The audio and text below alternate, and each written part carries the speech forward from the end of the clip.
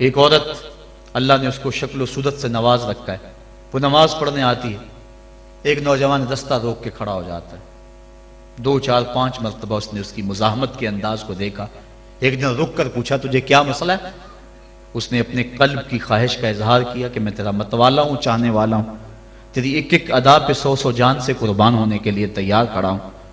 اس نے کہا میری ایک شرط پوری کر دے، میں تیری ہر خواہش، تیری ہر بات مانوں گی۔ اس نے کہا جلدی کہو، میں تمہارے لیے آسمان سے تارے بھی توڑ لاؤں گا۔ اس نے کہا میری کوئی لمبی خواہش نہیں ہے، ایک ہی میری آرزو ہے، 40 دن تک عمر فاروق رضی اللہ تعالیٰ عنہ کے پیچھے نمازیں پڑھ لو، اس کے بعد جو کہو گے میں ماننے کے لیے تیار ہوں۔ تو اس نے کہا یہ کون سی مشکل شرط رکھ دی، یہ تو بڑا آسان ہے، اگر اس سے تو مل جاتی ہے تو میرے لیے 40 دنوں کی نمازیں کہہ رہی ہے، میں تو 40 سال بھی گزارنے کو تیار تھا۔ خیر 40 دن مسلسل نمازیں چلتی رہیں۔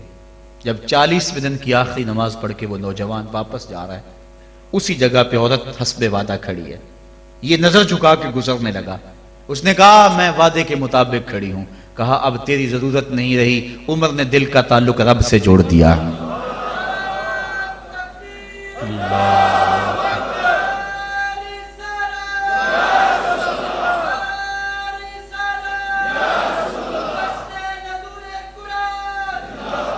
اگر ہم 40 سال ہمارے پیچھے لوگ نمازیں پڑھتے رہیں اور ان میں تبدیلی نہ آئے تو پھر ہمیں سوچنا چاہیے نا، مجھے سوچنا چاہیے کہ 40 سال ہو گئے ایک بندہ میرے پیچھے نماز پڑھ رہا، اس میں تبدیلی نہیں آ رہی، 40 دن نماز پڑھی، قرآن دل سے نکلا اور زبان کے ذریعے سے دل میں پیوست ہو گیا، دل کی دنیا بدل گئی۔ کاش کہ وہ لوگ دوبارہ منصہ شہود پہ آ جائیں اور وہ لوگ دوبارہ مصلوں کی زینت بن جائیں، جن کے لبوں سے قرآن جب نکلتا ہے تو فرشتے بھی آفرین آفرین کرتے ہیں، اور قرآن دلوں پہ اثر کرتا ہے اور دلوں کے زنگ اترتے ہیں اور روحوں کو قرار ملتا ہے۔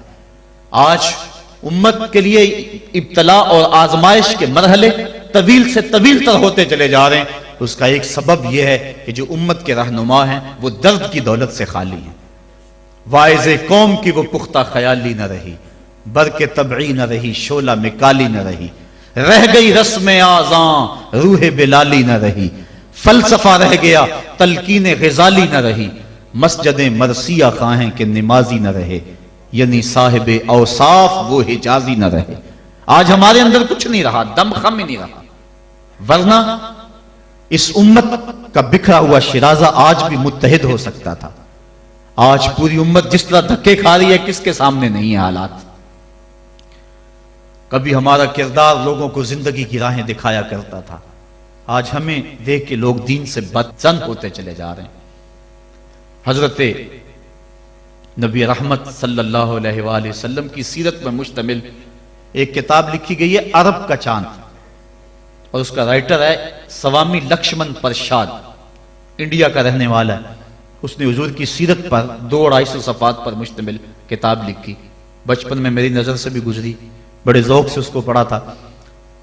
سوامی لکشمن پرشاد سے انٹرویو کیا گیا کہ تو نے حضور کی سیرت پہ کتاب لکھی ہے، اتنا بڑا کام کیا، تو کلمہ پڑھ کے حضور کا غلام کیوں نہیں بن جاتا؟ جس انداز سے تو نے محبت کے موتی بکھیرے ہیں اور الفتوں کے پھول اس کتاب میں تو نے اگائے ہیں، تو کیوں نہیں کلمہ پڑھ کے حضور کا غلام بن جاتا؟ تو لالو کا جواب سنیے، ہماری آنکھیں کھول دینے کے لیے کافی ہے، اور اتنا زناٹے دار تماچا ہے، اگر ہم محسوس کریں تو صدیوں اس کی کسک نہ جائے، اگر نہ محسوس کریں تو وہ ایک گاڑی کے پیچھے لکھا تھا عقل نہ ہو تو موجیں موجاں، لیکن اگر سمجھنے کی بات ہو تو اتنی بڑی تنبیہ ہے کہ پاؤں کے نیچے سے زمین نکل جاتی ہے، اور ہمیں اپنے وجود سے شرم آتی ہے، ہمارے جسم کا ایک ایک رواں پسینے سے شرابور ہو جاتا ہے۔ سوامی لکشمن پرشاد نے جواب دیا، کہا جب میں حضور کی سیرت لکھنے بیٹھا، بڑی بڑی امہات کتب سیر کو پڑھا، اور اس کے نتیجے میں نے یہ کتاب تیار کی ہے۔ حضور کی سیرت کے روشن گوشے اور حضور کی زندگی کے درخشاں باب جب میں نے دیکھے تو یہ جذبہ میرے دل میں انگڑائیاں لینے لگا کہ میں دیر کیوں کرتا ہوں، حضور کا غلام کیوں نہیں بن جاتا۔ لیکن جب میں مسلمانوں کے کردار کو دیکھتا ہوں تو میں کہتا ہوں میں ہندو ہی ٹھیک ہوں، ہمارا کردار لوگوں کے ایمان کے راستے میں رکاوٹ بنا ہوا ہے۔ جب امریکہ کے خلاف نعرے لگ رہے تھے، ان نعرے لگانے والوں میں بھی شامل تھا، لیکن ایک بات میں نے کہی تھی میں نے کہا آج ہم دنیا کی اس طاقت کے ساتھ ٹکر دینے کی بات تو کرتے ہیں، لیکن ہم نے کبھی اپنے کردار کو جھانک کر کے بھی دیکھا؟ جس بستی، جس شہر اور جس ملک کی حالت یہ ہے کہ واٹر کولر کے اوپر لگے ہوئے جو گلاس ہیں وہ بھی زنجیروں سے باندھے ہوئے ہوں، وہ قوم امریکہ جیسی قوم سے ٹکر نہیں کر سکتی ہے۔ مسجدوں کی لیٹرینوں کے گندے لوٹے بھی سنگلیوں سے باندھنے پڑے، جس قوم کا یہ کردار ہے، کیا وہ قوم پنپ سکتی ہے، جہان میں نشو و نما پا سکتی ہے؟ ہم تو اس قدر گراوٹ کا شکار ہیں، ہم اس قدر گرے ہوئے ہیں کہ ہماری لیٹرینوں کے گندے لوٹے وہ بھی باندھ کے رکھنے پڑتے ہیں، ورنہ ہم اتنے چور ہیں کہ وہ بھی اٹھا کے لے جائیں۔ تو جس قوم کا یہ حال ہو، وہ قوم کیا دنیا کی طاقتور قوموں کی آنکھوں میں آنکھیں ڈال کے بات کر سکتی ہے؟ آج ہمارا المیہ یہی ہے، ہمارے پاس سب کچھ ہے، لیکن ہمارے پاس وہ ایمان کی حرارت نہیں رہی، وہ دیانت نہیں رہی، وہ روشنی اور وہ نور نہیں رہا، وہ ہمارے پاس وہ اجالے نہیں رہے۔ قرآن نے ہمیں جو زندگی گزارنے کا ڈھب دیا ہے، ہمارے پاس وہ ڈھب نہیں رہا۔ ہماری زندہ لاشیں لوگوں کے ایمان کے رستے میں رکاوٹ بنی ہوئی ہیں، ورنہ ہم اپنے صدر اسلام میں دیکھتے ہیں اور بعد کی کہانیاں پڑھتے ہیں تو دنگ رہ جاتے ہیں۔ امام محمد کا جنازہ اٹھتا ہے تو ایک یہودی آگے بڑھ کے جنازے کی چارپائی کو کندھا دینے کی خواہش کرتے ہوئے آگے بڑھتا ہے، اور جو ہی کندھا امام محمد کے جنازے کی چارپائی پہ چھوتا ہے تو اس کے لبوں پہ کلمہ جاری ہو جاتا ہے۔ ہمارے بزرگوں کی لاشیں بھی دین دیا کرتی تھی، ان کی میتیں بھی لوگوں کو کلمہ دیا کرتی تھی، اور ہماری زندہ لاشیں لوگوں کو اسلام سے ہٹا رہی ہیں۔ میں نے اور آپ نے اپنے رویے کو دیکھنا ہے، اپنے عمل پہ غور کرنا ہے۔ علماء نے اپنے منصب کو دیکھنا ہے، جو صوفیاء اعظام ہیں، مشائخ ہیں، انہوں نے اپنے منصب کو دیکھنا ہے، اور جو عوام ہیں انہوں نے اپنے منصب کو دیکھنا ہے۔ تیرے صوفے ہیں فرنگی، تیرے کالی ہیں ایرانی، خون کے آنسو رلاتی ہے جوانوں کی تن آسانی، ہر کوئی مست مئے ذوق تن آسانی ہے۔ تم مسلمان ہو یہ انداز مسلمانی ہے، حیدری فقر ہے نئے دولت عثمانی ہے، تم کو اسلاف سے کیا نسبت روحانی ہے، وہ معزز تھے زمانے میں مسلمان ہو کر، تم خار ہوئے ہو تارک قرآن ہو کر۔ ہماری ذلت، ہماری پستی، ہماری زبوحالی کی وجہ یہ ہے کہ ہم نے قرآن سے ناطہ توڑ لیا ہے۔ آئیے قرآن سے ٹوٹا ہوا ناطہ دوبارہ جوڑیں اور صحیح معنوں میں مسلمان بن جائیں۔ جب صحیح معنوں میں مسلمان بن جائیں گے تو دنیا کی بڑی طاقتیں ہمارے سامنے خم ہو جائیں گی۔ ہم تو 313 ہو کے نہیں دبے تھے، اب تو دنیا کی ایک بہت بڑی قوت ہے اہل ایمان۔ تو آئیے ہم قرآن مجید سے اپنے رابطے کو مضبوط تر کریں اور قرآن مجید کی جو تعلیمات ہیں ان تعلیمات کو اپنے معاشرے میں نافذ کرنے کی کوشش کریں۔ دیکھیے ہمارا معاشرہ اس وقت جس بد امنی کا شکار ہے، اور جو مالی وسائل اس وقت ہمارے پاس موجود ہیں اور آسائشیں اللہ کی طرف سے اس وقت برس چکی ہیں ہمارے اوپر، اس کے باوجود ہر طرف بے یقینی، بے نوری اور عدم اطمینان، اس کی بنیادی وجہ چونکہ طمانیت دولت میں نہیں ہے، یہ بات ذہن میں رکھیں۔ طمانیت لمبی گاڑیوں میں نہیں ہے، سکون کی دولت خوبصورت عورت کے پہلو میں نہیں ہے۔ طمانیت تمہیں ملے گی تو اللہ کی یاد میں ملے گی، طمانیت ملے گی تو ذکر الہی میں ملے گی، طمانیت تمہیں ملے گی، سکون کی دولت ملے گی تو قرآن کے دامن سے ملے گی۔ آج اتنا کچھ ہونے کے باوجود بھی رسوائیاں ہمارا مقدر ہیں، ذلت ہمارا مقدر ہے، اور آج ہمارا وجود امت مسلمہ کے لیے ایک داغ کی حیثیت رکھتا ہے۔ یہ ایک ایسا دکھڑا ہے کہ میں کس انداز سے اس بات کو آپ کے سامنے رکھوں، یہ اندر کی کیفیت ہے۔